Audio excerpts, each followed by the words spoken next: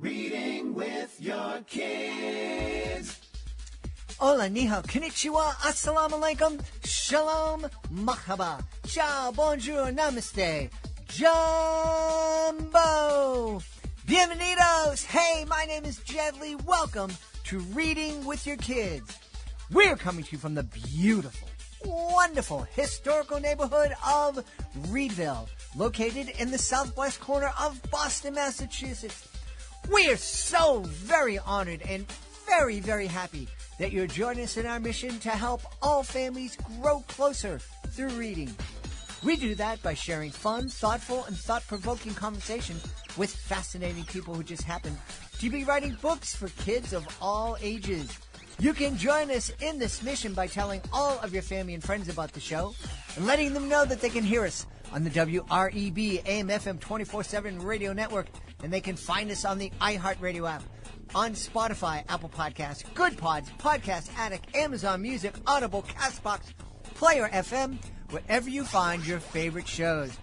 We have wonderful guests lined up for you today. First up, Lydia Wayman and Cristina Rouvalis are here to celebrate Snoopers and Sneakers, a great middle grade novel.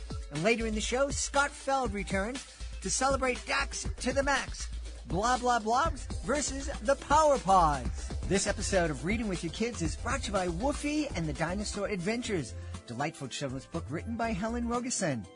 Woofy awakens suddenly to a feeling that his friend Bun needs him. When he arrives at the place his nose leads him, Woofy is confused and doesn't find Bun right away. Then a shout from above leads to an amazing experience as he puts his paleontology skills to work. Together, he, Bun, and a cat that hangs around the site wrap up a wonderful adventure involving a T-Rex skull and a very cool twist of an ending. The story is told in a lyrical style that incorporates actual fossil hunting concepts and vocabulary. If you like dinosaurs, friends who help, and adventures, you will love this book. You can check out Woofy and the Dinosaur Adventures and all the Woofy books at unpackyourownhappy.com.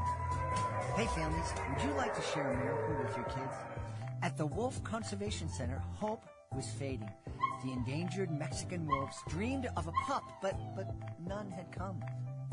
Until one tiny miracle changed everything. Meet Trumpet, a real-life wolf pup whose incredible birth brought joy, hope, and a lesson in conservation.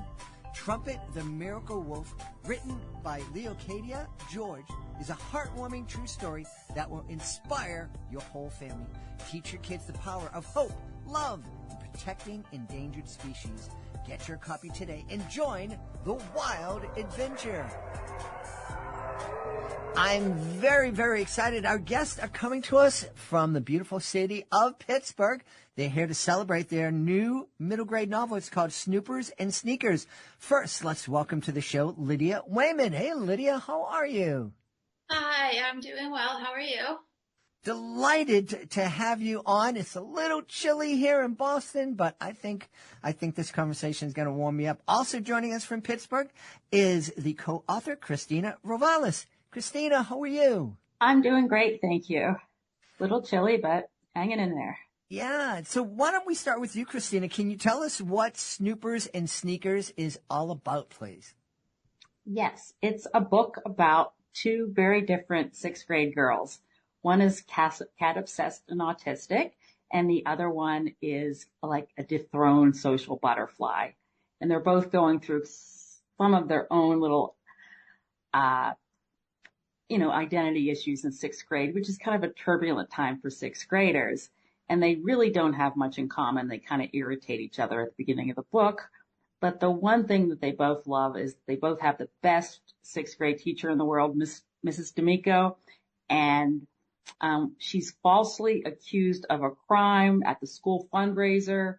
And the two girls come together to solve this crime and try to exonerate her. So it's kind of an odd couple group book. Yeah, it sounds like I have to tell you, I love the term dethroned social butterfly. I think that's just classic. Now, Jane is the character who is on the autism spectrum and loves cats. And I understand, Lydia, that you love cats. You told me you had to wrangle some cats out of the room before we started the conversation. Yes. So I am also autistic and cat obsessed. Although Jane's personality is not based on mine. Those two rather key aspects of who she is are inspired pretty closely by my experience and are really why I got involved in writing the book, which Cristina could really give you more of the background on. Cristina? Oh, right. Okay. Well, I came up with the idea of the book with another friend who worked with autistic youth, and then she decided she didn't want to go forward with the project. But like, I couldn't let go of it. I just knew there was a good middle grade book here with these two very different girls.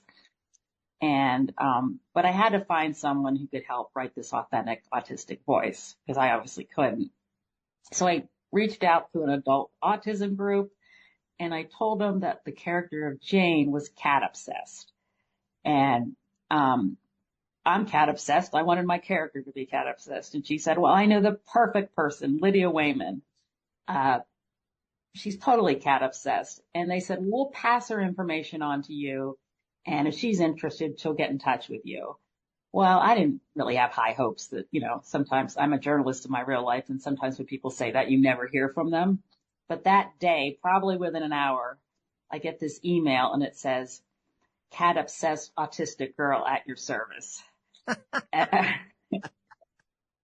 And I drove up and I met Lydia and we hit it off and, we become really good friends and co-authors and our kind of friendship mirrors Jane and Ashley's too. Are you trying to tell me, Cristina, that you are a dethroned social butterfly? No, I'm not. I was never a dethroned social butterfly. I was never popular, but we're different in age and in just kind of there's just like Jane and Ashley needed the mystery of their teacher getting accused of a crime that they thoroughly believe she couldn't have committed. It would have taken a prompting for our friendship to kick off. And now, thankfully, we didn't start off on quite as much conflict as Jane and Ashley did. But still, it was really the spark for our friendship was the book. Mm-hmm. It took something to bring us together. And Cristina lives in the South Hills of Pittsburgh, so south of the rivers, and I live in the North Hills, north of the rivers, and it might as well be an ocean when you're from Pittsburgh. There's bridges and tunnels and things involved in getting from one side to the other. So, we just would have never run into each other. Yes. If it hadn't been for this work. Well, Pittsburgh, I was telling Cristina earlier, Lydia, that I've spent lots of time in Pittsburgh over the years. I did educational magic shows for 35 years. And one of the my first big trip when I was 18 was to Pittsburgh on a motorcycle with a friend on the back. And so it was a lot of fun, and I have lots of fond memories in Pittsburgh. And I don't know if I was in the north or the south or somewhere in the middle, but I just love Pittsburgh a whole lot. And our book is really pretty clearly set in Pittsburgh as well. There's a lot of little Pittsburgh references, so it's set there. Yes, when I was reading the description of the book, I saw that the story takes place in Monroe Elementary School, and I've actually performed in Monroeville Elementary School many, many times, and wow. Hopefully none of the teachers there were wrongly accused of stealing PTA funds. No. Well, there was a teacher that this was based on who was never arrested, but she was a beloved teacher. She was my daughter's favorite teacher in her elementary school. It was Mrs. D'Amico, and it's spelled differently, but she gave us permission to use it. And even though she was never, ever arrested, she was that beloved that kids would go way out on the limb to, to be loyal to her. Cristina, one of the things I also read was that in many ways this story was inspired by the social turmoil that your daughter experienced in middle school. Yeah, I think sixth grade is a tough time for a lot of girls, a lot of sixth graders, especially girls, especially with social media. I mean, she's not Ashley, but she did have, that I think it's the time when social cliques are forming and dissolving and kids are getting ousted, and it's just a hard time for them, for a lot of them anyway. Right. And I could write authentically about that. Unfortunately. Well, I was chatting with my beautiful wife probably about a month ago, and I just had a memory of being on a field trip with my son when he was in seventh grade. He's now an adult, but when he was in seventh grade on this field trip, two of his classmates, they came together and they started dating. Then they broke up. Then they made up again. And then by the time we got back to school, they were broken up a second or third. I don't know. It was a very, very dramatic trip for those two. Yeah, it's high hormones, and I think also kids are trying to figure out their identity and where they fit in the world and how they fit in the social world, and so it can be difficult for them. Friendships that maybe what forms the basis of a friendship when you're a bit younger, as you grow up and develop more of a cohesive personality, it may not work the same way, and other things may become important. So in the book, Ashley's friendship group is kind of, it's not even that they're maturing or growing up without her, they're just kind of doing so in a different direction. Mm-hmm. They're kind of becoming a little bit more sophisticated and a little mean girly, and she's a kid who she doesn't want to commit her interests to any one thing yet. And she just she's not ready to put up a lot of pretense and sort of present herself in a very certain way. She's into fashion for sure. She loves her makeup. She likes clothes. She likes shoes. But she's just not ready. It's not that she's not ready to grow up, but she's not ready to grow up into the kind of person those friends are becoming. So whereas they got along when they were younger and that formed a good friendship for them, it doesn't anymore. And, she kind of finds that on the surface, she and Jane don't have anything in common. They don't wear the same clothes, and they don't have the same hobbies per se, but they really share some deeper values. And so, they're getting older, they're 12, and kind of realizing that what really forms the basis of a friendship that you feel secure in and you can trust when you're with that other person is sharing those values of sort of loyalty and authenticity, and being, they both value someone who means what they say and says what they mean, and those sorts of things. Yeah. It sounds like Snoopers and Sneakers would be an ideal book for parent and child to either read together or co-read and launch some great conversations about the different personalities that are in the child's classroom.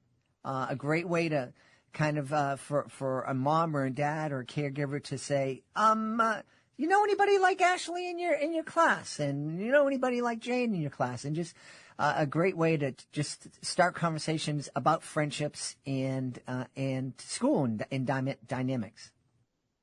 Yeah, definitely. I mean, we wrote both characters through first person, so you can sort of feel what they're going through, so you can develop some empathy towards them. Mm-hmm. And also that it's kind of what Jane has. It's an invisible disability. Mm-hmm. And with Ashley, it's like you never know what someone's going through as far as their social group, as far as, everything else going on in their life. So we're just trying to, not preach to kids, but just through these two very different characters, show a little empathy in what they're both going through. Yeah. Lydia, if I might, you told us when we started that you are on the autism spectrum and that you're obsessed with cats, which is, I don't know if those two things are connected, probably not. Could you give us an idea? Because everybody is familiar with the term autism spectrum, at least I hope they are by this time. I know myself when I'm much older than both of you, and when I came out of college, I was working in human services, and at that time, close to 50 years ago, when you spoke about somebody with autism, you were speaking about someone who didn't have any communication skills at all, most likely was living in a group home, and that spectrum has really grown, our understanding of it. Could you talk a little bit about what life on the spectrum is for you? Sure. So part of it is that it just takes a few minutes to get my words together sometimes. That's fine. Well, I can tell you that at the root, what all autistic people or people with autism, and there's different reasons people prefer one term over the other, that I won't get too far into now, but just know that sort of both are legitimate, and it's really about deferring what an individual prefers. Mm-hmm. What everyone has in common is differences in social interaction Mm-hmm. and communication, and then what's referred to as restricted interests and repetitive behaviors. And part of what falls under that affects almost all people on the spectrum is sensory issues. Mm. So that leaves a lot of room for a lot of differences between autistic people. So that's one thing. There's a quote, when you've met one person with autism, you've met one person with autism. So my experience is I was always academically very advanced for my age. Mm-hmm. I was reading, and I was always years ahead of what would be expected at my age, and always did exceptionally well in school. I graduated from high school early, and I did okay. I was always easily overstimulated, very easily, so groups of kids were hard from the earliest age, and I would tend to just shut down and not communicate at all, and just kind of pull into myself and seem checked out, but I was very aware of what was going on and overwhelmed. I did okay one-on-one with friends as a younger child, mostly. But especially as I got a little bit older, I just could never manage groups of friends, really. And so, getting into high school and then even college was really difficult. So you see something you see in Jane that I think is a very common experience being on the spectrum, for a lot of people, is that it is, as Cristina said, tends to be an invisible disability. So Jane only mentions autism outright one time. And it's right at the very beginning. She tells you one time, I can't help that I am how I am. I can't help that I'm autistic. But it's never really made clear who in the book knows that she's autistic versus who just thinks she's weird, or kind of knows she has some sort of something going on, but isn't sure what. You never really know. But really, what you do clearly see is how many people treat her, including her peers and adults. They see her disability, but they don't recognize it as her disability. So they see her differences, but instead of accepting or accommodating for them, they judge and blame her for them. Mm-hmm. And so it can be very difficult because autistic people, on the one hand, we've made a lot of progress with acceptance and inclusion, but on the other hand, you kind of feel like that's only the case if you're going around with autism stamped across like, I'm autistic on your forehead, and we don't.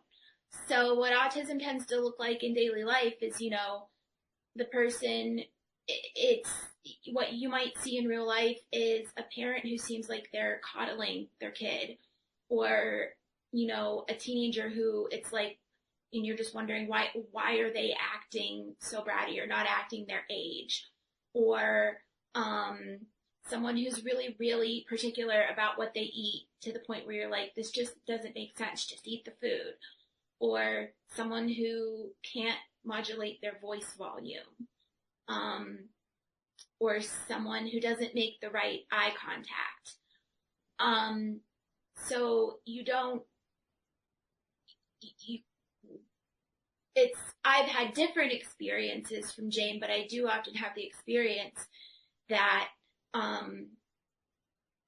as a lot of people on the spectrum do, that you're not, again, it's that judgment and blame for those traits. Mm-hmm. And you really see it in the book that Miss D'Amico doesn't do that at all, and this substitute that takes her place absolutely does it.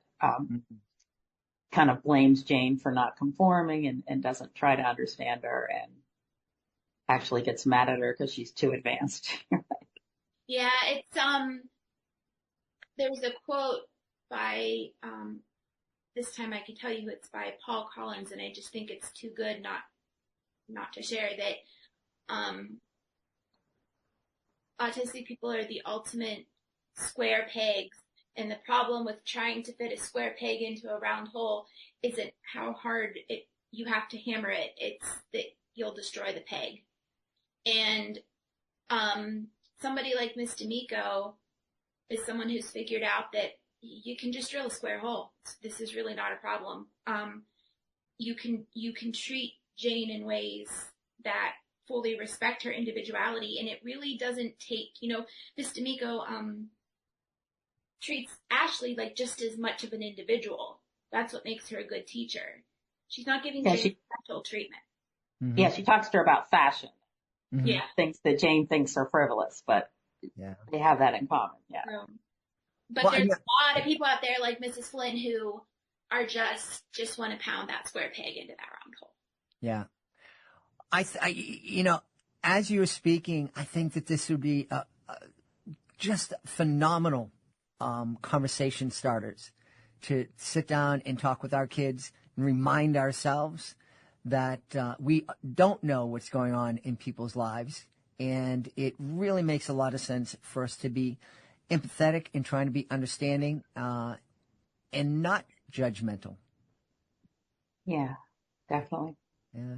I'm curious of the writing process. You told us how you came together, and that's really cool. You managed to get through the bridges and the rivers and the oceans and that great people in Pittsburgh.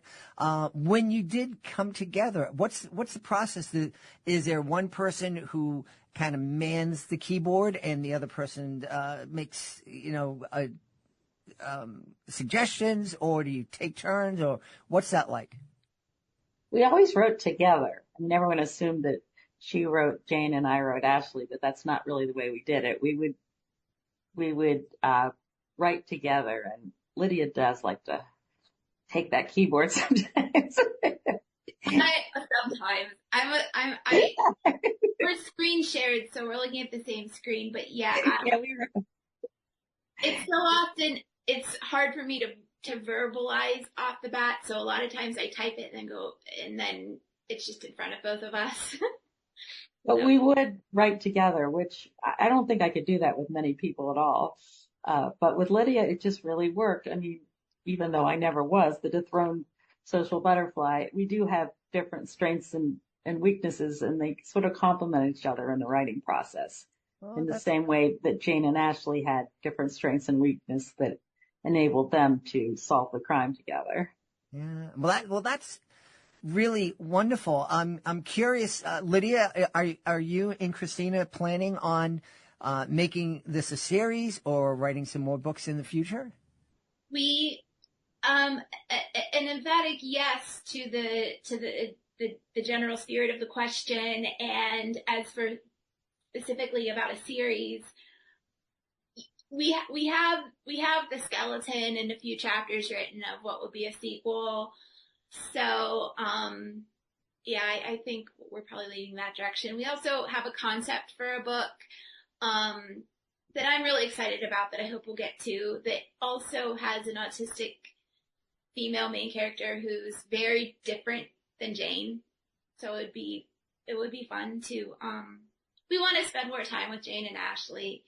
They give us there's a lot of room for humor with those two. Uh-huh. But Yeah. it would be fun to explore another character as well. Yeah, their differences in how they kind of butt heads initially, and they still continue to butt heads as it goes on, but then they realize like Jane can stare at a security tape for like 3 hours and find that one little clue, whereas Ashley can talk her way to the back of the room where they're not supposed to be and get in there. So they really do complement each other. Awesome. They both have strong personalities, and they both they butt heads, but they both need someone who's gonna push back a little bit. Well, I love it. It sounds like a really fun book, and a really fun book for a family to experience together and then come together and have those conversations that I think would be very, very helpful, because I don't know anybody that gets through middle school unscarred. I know. There must be one person, but I don't know. It is a tough time of kids' lives. And I think this would be a fun way to kind of get through and talk through some of those things. So congratulations to both of you for getting this book out there. And I'm really excited that you're going to be working on projects in the future. Lydia, is there a website that we can go to find out more about Snoopers and Sneakers? Our website is pretty simple, lydiaandcristina.com. So, And Christina has no H, Cristina. So LYDIAANDCRISTINA. Awesome. And is there a website if families want to know a little bit more? Because I know, Lydia, that you are an autism advocate. Is there a website where people can go to learn a little bit more about autism and how we can talk to our kids about it? There's no one organization that I will endorse.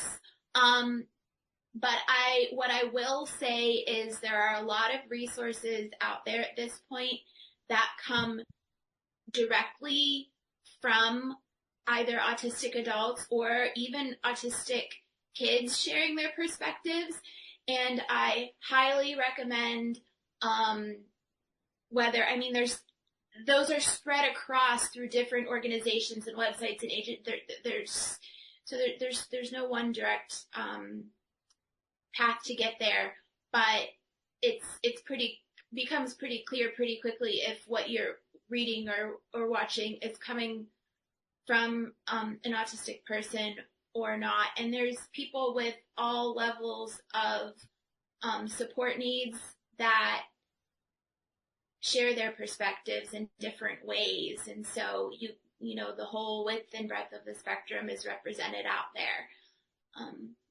Wonderful. So I recommend hearing from autistic advocates directly. Wonderful. And Cristina, you mentioned that you're a journalist. Is there a place people can go to check out some of your work in that area? Yes, it would be CristinaRouvalis.com, and it's not easy to spell, I'll be honest with you. It's Cristina, Rouvalis, Rouvalis.com. We've had a wonderful time speaking to the authors of Snoopers and Sneakers. It's the new middle grade novel from our guest, Lydia Wayman and Cristina Rouvalis. My friends, thank you so much for being on Reading with Your Kids. Thank you so much for having us. This episode of Reading with Your Kids is brought to you by We're Going to the Dinosaur Forest, written by Marie Nichols. Marie Nichols was recently on my Connecticut Book Festival's podcast, and what a delightful woman. One of the things she said really struck home with me. She said, parents nurture with care, siblings are taught to share, but grandparents embrace the dares.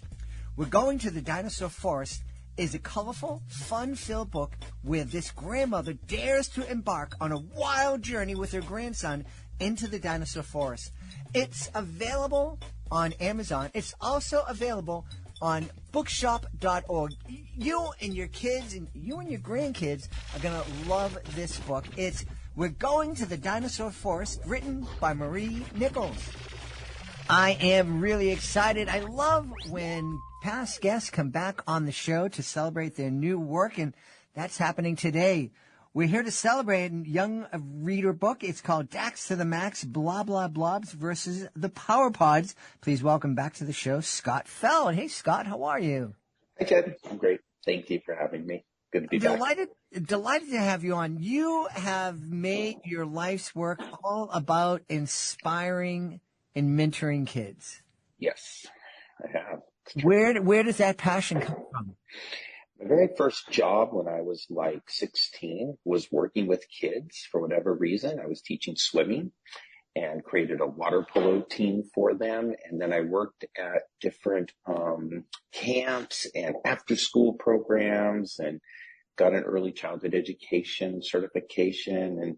And I just loved working with kids. It was just kind of, I guess, I can't give an exact place where it came from. It's not like I did any specific, like I have to work with kids. It wasn't a conscious thought that I remember.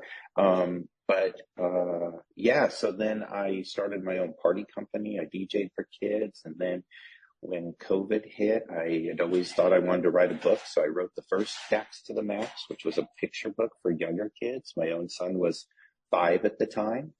And then, that almost got picked up for a TV show. I wrote the script, but we hit a writer's strike and Hollywood and the industry wasn't picking up any new stuff. So I was encouraged to go back and write the book, which I love writing books. And so I spent a couple of years writing this new book all about empowering kids, building confidence.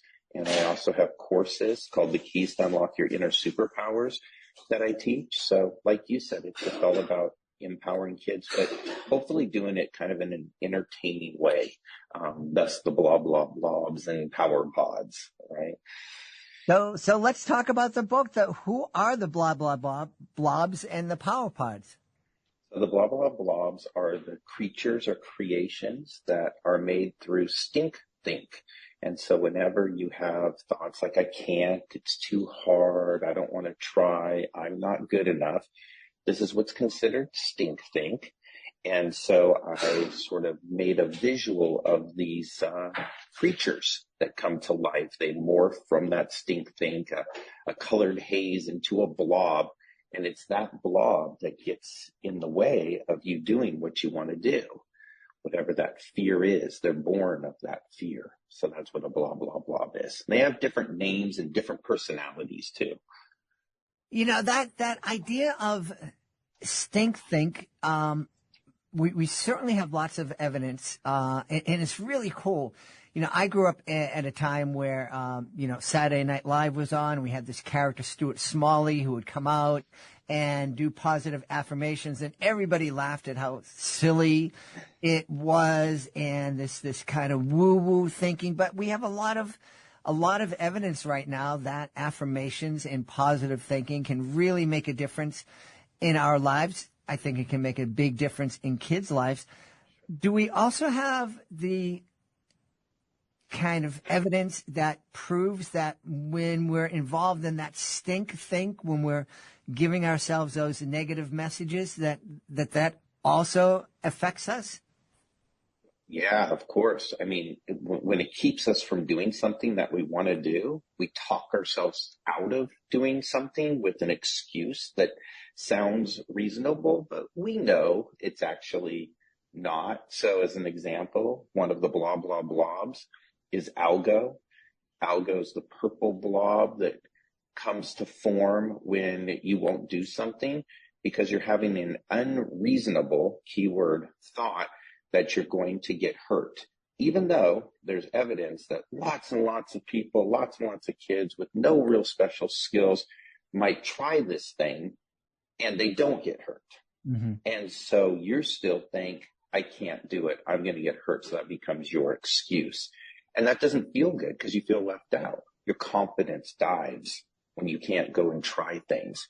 So in the book, because the other side of it is the power pods. We don't leave you just feeling sad with blah, blah, blobs. Max, it's Dax to the max. Max is Dax's inner superpower, his ISP. And he shows up just in time to show Dax what the blah, blah, blobs are doing, how he has stink think. But not just that, he shows him how to power think. Power thinking, in contrast, creates power pods. Power pods are the only thing that can defeat a blah, blah, blah. So now the power thinking is really just the opposite, saying to yourself, I can, I will, I'll try. And Max encourages Dax to say it with some energy, say it with some belief, because he has to believe something. Either I can't or I can. This was a famous Henry Ford saying, why not go with I can? Give it a shot. And then this little burst of light comes over Dax, and that's the power pod. And then Max tells him he needs to be able to visualize as well. Dax goes, visual what? And he goes, visualize. You have to be able to see up here what you want to happen out there before you actually do it. So he sends him through a really fun, adventurous visualization exercise, only the way Max can, because he's kind of funny and quirky and he likes to rhyme and has a cool superhero lingo. And before you know it, Dax has created like this big power pod. And then he says, now we can take pieces of it. We can throw it at the blah, blah, blobs. So there's this battle and the blah, blah, blobs are retreating. And the next thing you know, Dax kind of comes to, wakes up, and he feels a little bit different. And so he goes off and he tries some things that he hadn't been able to try before. Max had shown him that it's not just I can, I will, but it's really important if you want to be a true inner superhero, that when you fail, you fall. When it doesn't work out, you're able to get back up and do it again, not go quit. So he shows him that too. So now all of a sudden, Dax is empowered. He's powered up is what we call it. And that's what the book's really about. It's about him having these think, creating these blah, blah, blobs, Max showing them how to power think, create power pods, having that battle, and ultimately the power pods or the power thinking winning and Dax accomplishing things that he couldn't do before. That's the message. I love that. There's lots to kind of dig into. I'm curious, when you named the blah, blah, blob algo, were you thinking of algorithms that send us all these negative things on social media just that's designed to keep us engaged and drive us crazy? It's funny. I probably should have, but I didn't. There's actually, and I don't know if I'll pronounce this right, and it's kind of from it and it's kind of not. Agoraphobia actually is an unreasonable worry that you're going to get hurt. So algo is inside of that. There's another one named, and in the book, Max actually introduces the blobs to Dax, and there's 3 particular ones in there, and I'm just turning to that page right now, but basically says this is algo, and algo comes around when you think you're going to get hurt, even though nobody actually really does. You're using it as an excuse. And the striped one is ATYCH, ATYCH. And he comes around when you have this fear of failure, right? Before you even start, you just think, I'm going to fail. And so that's, there is I know something clinical that's like an aticophobia. It's a phobia. They're all fears. So they all have some kind of correlation. And then there's Thasso. He's the green one. He's kind of cute. He's a tricky blob. He comes around when you think you won't be able to achieve your goals, right? He's ready to get into your way, right? So you have a goal and you're like, no, I can't do that. And then you don't even try. So, and so he also has some relationship to an actual phobia that's out there. All of the names in the book that I used had some meaning. So those have a loose meaning. I don't want to get too much into the psychological of that because I don't want, I'm not a psychologist, psychiatrist. That's a different thing. And those have, deeper phobias where people can be actually paralyzed by it. And that's not what we're talking about. We're talking about empowering kids when they feel stopped. So, Sasha is his friend who's like always trying to encourage him. Sasha's name means defender or helper, so it was chosen on purpose. Mom, she is a high school drama teacher, and she likes to use this hand puppet prop, which is a kangaroo, to connect with Dax.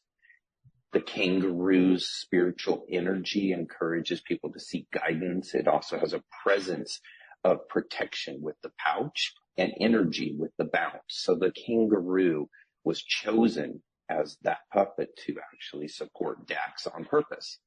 I named him Kobe because Kobe has the feeling of calmness and serenity, but also I'm a big Kobe Bryant fan.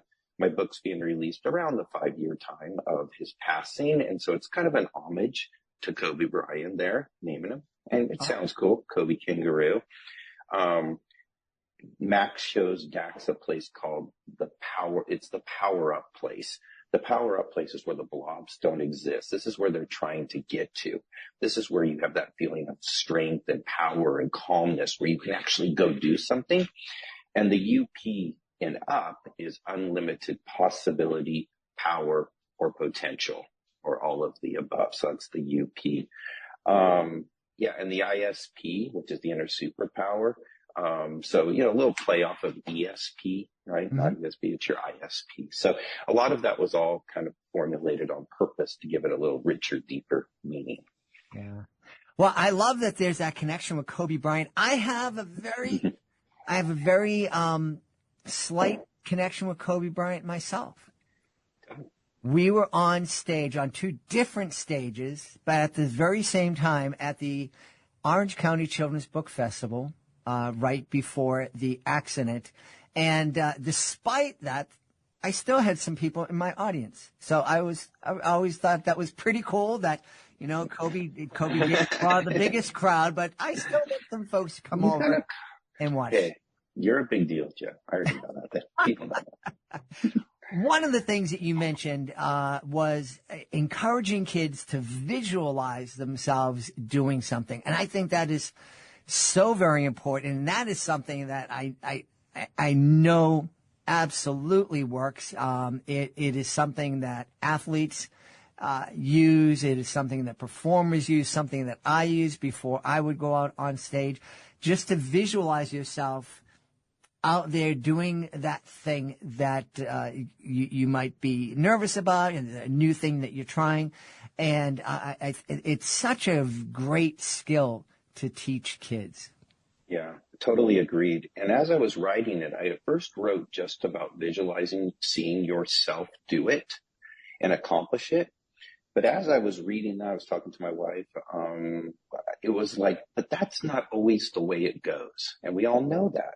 Mm-hmm. And so if we really want to get inner super powered up, really get to that power place where we're really unstoppable and we're really unmesswithable in our lives, then we have to be able to get back on the horse and try again. So that's when I added and included okay, Dax, now you're doing great, but really to visit that power place, to be super strong, is when you don't make it, when you fail, when it doesn't turn out the way you want it to, then what do? Can you still power think? Meaning, can you still say, all right, I'm going to go try again. I learned something. I found out what didn't work. Let me go. And I remembered that as you were talking about athletes and stuff, it was a golfer. I don't think it was Tiger, but it might have been, who said one of his secrets was visualizing hitting the ball into the sand trap and then going, letting that go, and then focusing on that next shot so that, the problem didn't multiply on the golf course, and going and seeing himself hitting that shot out of it, or hitting it like into the trees, and seeing himself recover from that shot. So all of that was playing around in this. Let's make sure we put in this book to really be powered up, kids. It's be able to try again when it doesn't work out. Yeah. You just used a word that I really love, unmesswithable. It's kind of a mouthful. You kind of practice it. Yeah. But what a great thing to talk to kids about, how we can make ourselves unmesswithable. Yeah. I know.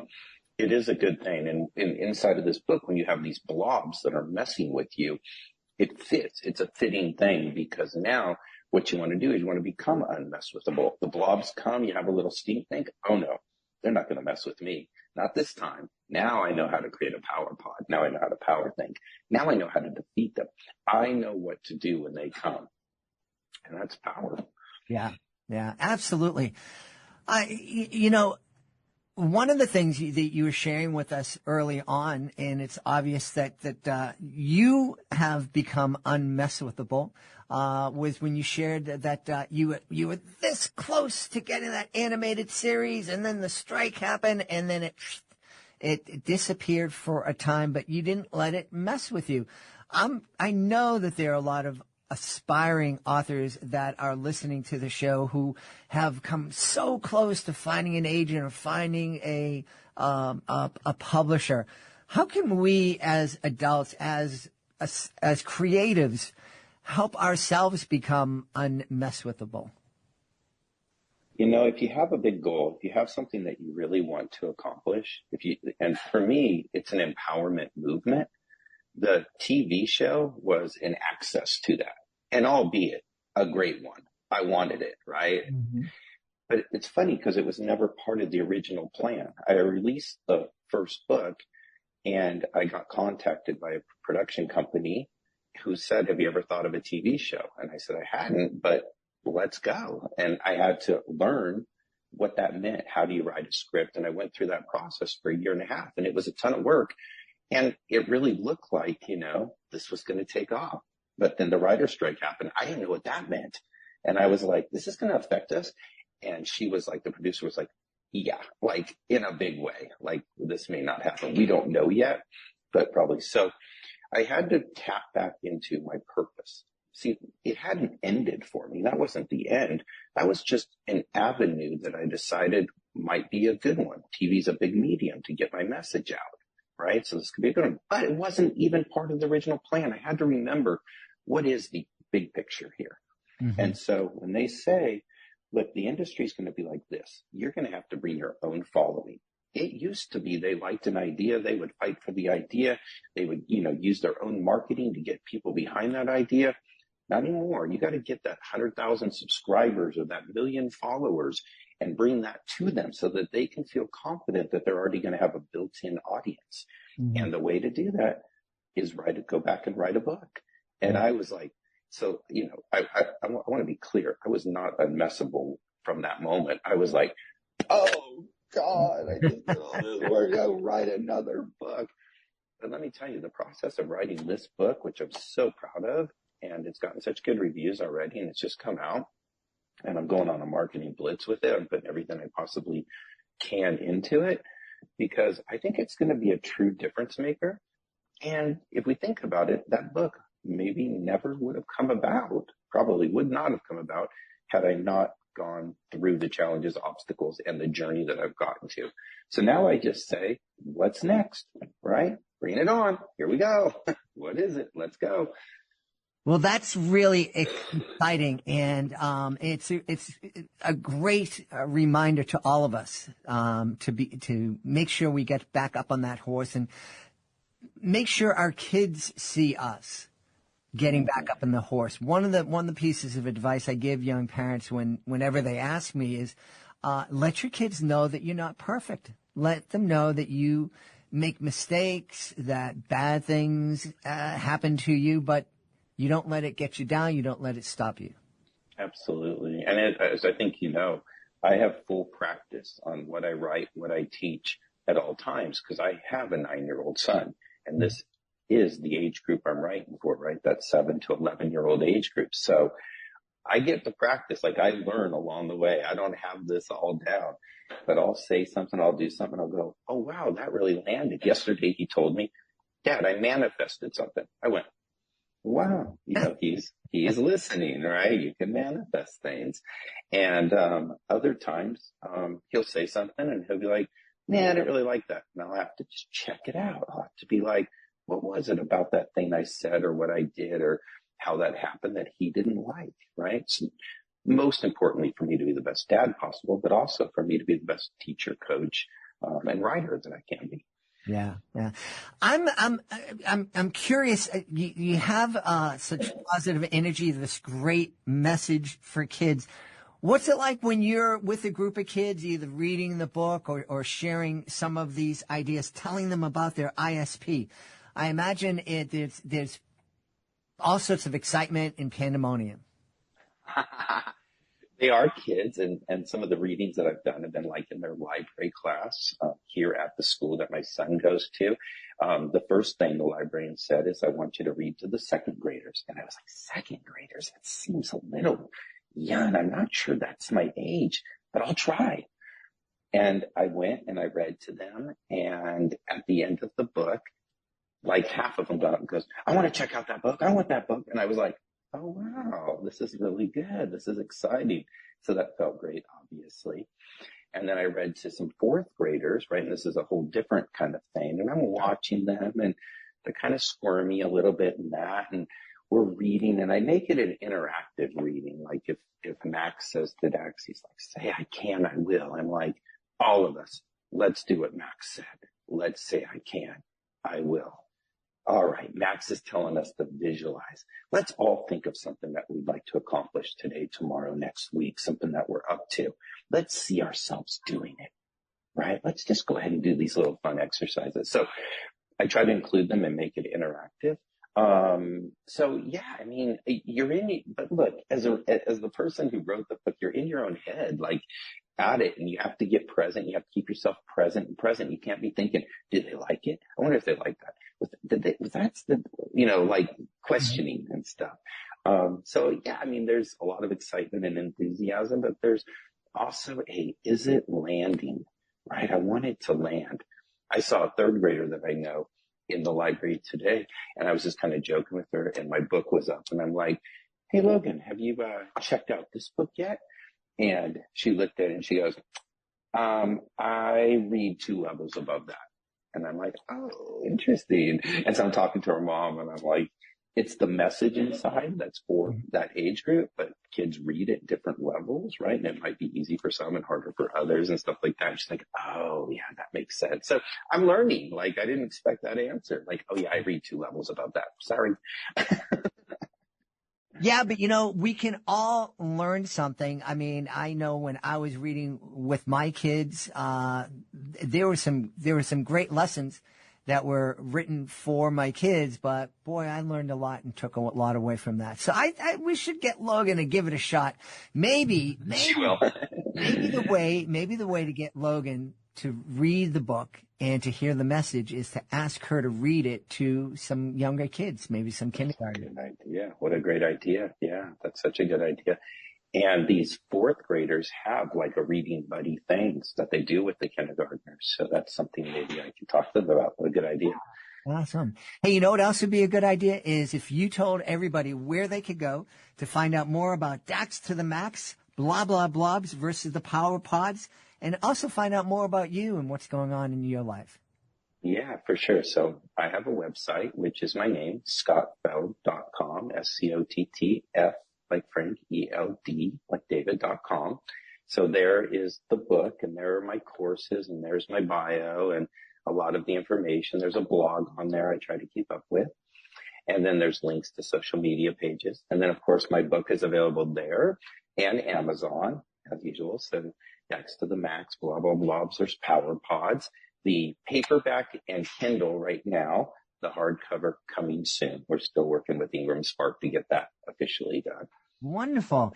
And, of course, you can go to your local independent bookstore and request they order it for you. And I always encourage folks to also go to your local public library and request the book be put on the shelves there, because that's a great way to spread the message to folks who may not have heard us here on Reading with Your Kids. Right. Well, everybody hears us here. This is right. I have to manifest that. That's what I have to do. Okay. Well, we've had a great time speaking to the author of Dax to the Max, Blah Blobs versus Power Pods. Our guest has been Scott Feld. Scott, thanks so much for being with us. What a pleasure. Thank you, Jeff. We hope you've enjoyed this episode of Reading with Your Kids and will join us for the next exciting episode of the show. In the meantime, we'd love for you to connect with us on social media, facebook.com/readingwithyourkids, @readingwithyourkids on Instagram, @JedleyMagic on X. Of course, our YouTube channel, youtube.com/readingwithyourkids. Our website, readingwithyourkids.com.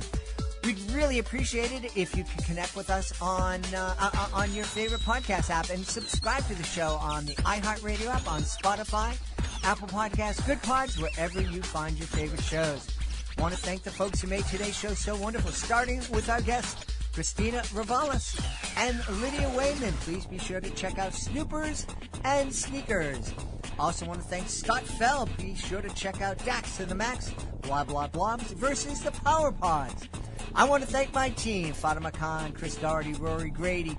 I want to thank my beautiful wife for all the support she gives me. Most of all, we all want to thank you. Thank you so much for taking the time to join us today. And as always, thank you so very much for taking the time to make the world a better place. And you do that every time you read with your kids. I'll be looking for you in the next episode of Reading with Your Kids.